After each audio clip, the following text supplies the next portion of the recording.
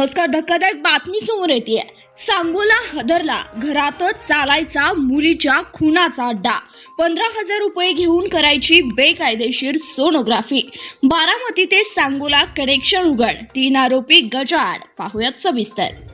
बेटी बचाओ बेटी पढाओच्या घोषणा एकीकडे आणि दुसरीकडे पैशासाठी पोटातील मुलीचा जीव घेणारे नराधम. सांगोला तालुक्यातील वाकीशिवणे येथे घरातच बेकायदेशीर सोनोग्राफी करून गर्भलिंग निदान करणाऱ्या रॅकेटचा सांगोला पोलिसांनी भांडाफोड केलाय. या घटनेमुळे संपूर्ण तालुका हादरून गेलाय. कसा होता हा काळा धंदा? जिल्हा आरोग्य अधिकारी डॉक्टर अरविंद गिराम यांच्या नेतृत्वाखाली PCPNDT पथकाने केलेल्या धाडीत जे समोर आलं ते ऐकून अंगावर काटा येतो. हा संपूर्ण प्रकार एका साखळीप्रमाणे चालत होता.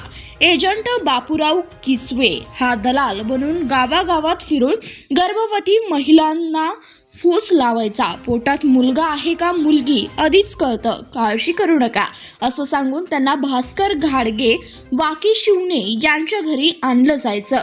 तिथे आधीच बारामतीचा प्रवीण देशमुख हा बेकायदेशीर USG मशीन घेऊन यायचा. घराच्या 4 भिंतीत कोणालाही न कळता 15,000 रुपये रोख घेऊन गर्भाचे लिंग सांगितलं जायचं. जर मुलगी असल्याचं निदान झालं तर गर्भपातासाठी पुढील रस्तेही दाखवले जात होते. म्हणजे सरळ भ्रूण हत्या करायला मदत केली जात होती. मार्चपासून चालू होता हा खेळ. पोलिसांनी केलेल्या छाप्यात USG PROBEOPPO कंपनीच्या मोबाईल आणि चार्जर असा मुद्देमाल जप्त करण्यात आला आहे. प्राथमिक तपासात हा काळा धंदा मार्च 2024 पासून सुरू असल्याचं समोर आलं.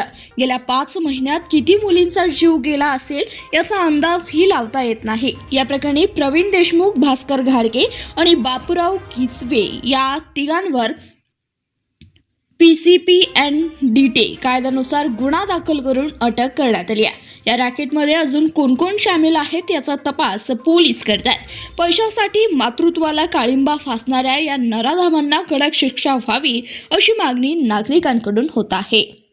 धन्यवाद. प्रतिनिधी अण्णासाहेब खरात, CBS न्यूज मराठी, सोलापूर.